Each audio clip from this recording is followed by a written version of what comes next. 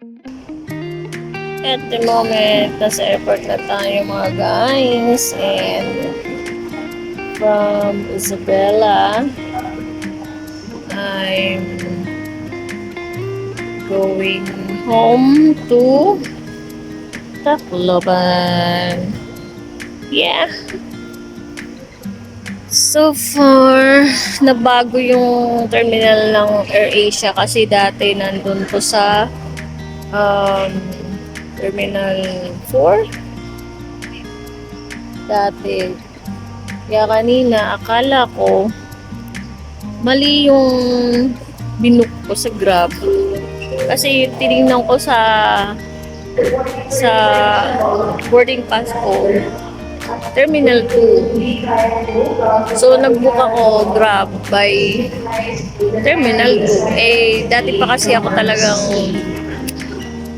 parang madalas ako sumakay sa AirAsia dati, so nasanay ako doon sa Terminal 4. Kanina muntik ko na kasi yung Grab, sabi ko hindi ko naman kasi alam na yung area na yun doon is Terminal 4. Akala ko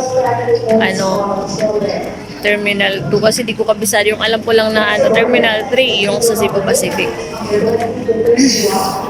Tapos kanina naglampas kami doon, gusto ko na sabihin doon sa driver na boss, wait lang, lampas tayo, gano'n. Pero hindi ako parang okay, wait lang natin kung saan ako kasi Terminal 2 naman talaga yung nakasulat sa boarding pass ko, and sa Terminal 2 talaga niya ko ihahatid.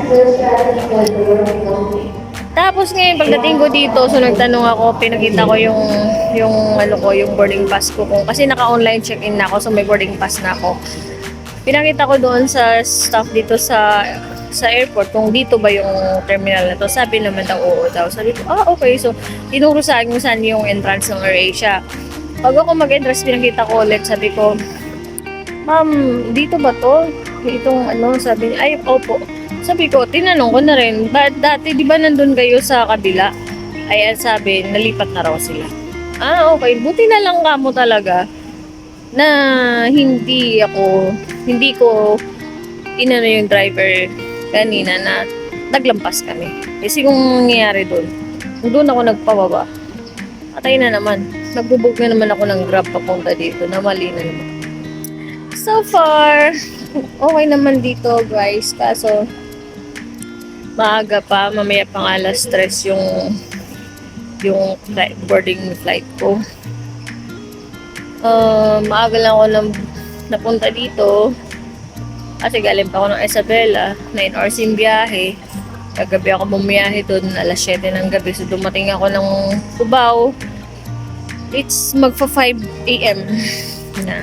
So nandito na ako sa airport, magsi 6 AM nandito na ako. Please, dito na lang ako mag-aantay ng flight ko. So yun guys, bye. Ito na lang muna. Bye!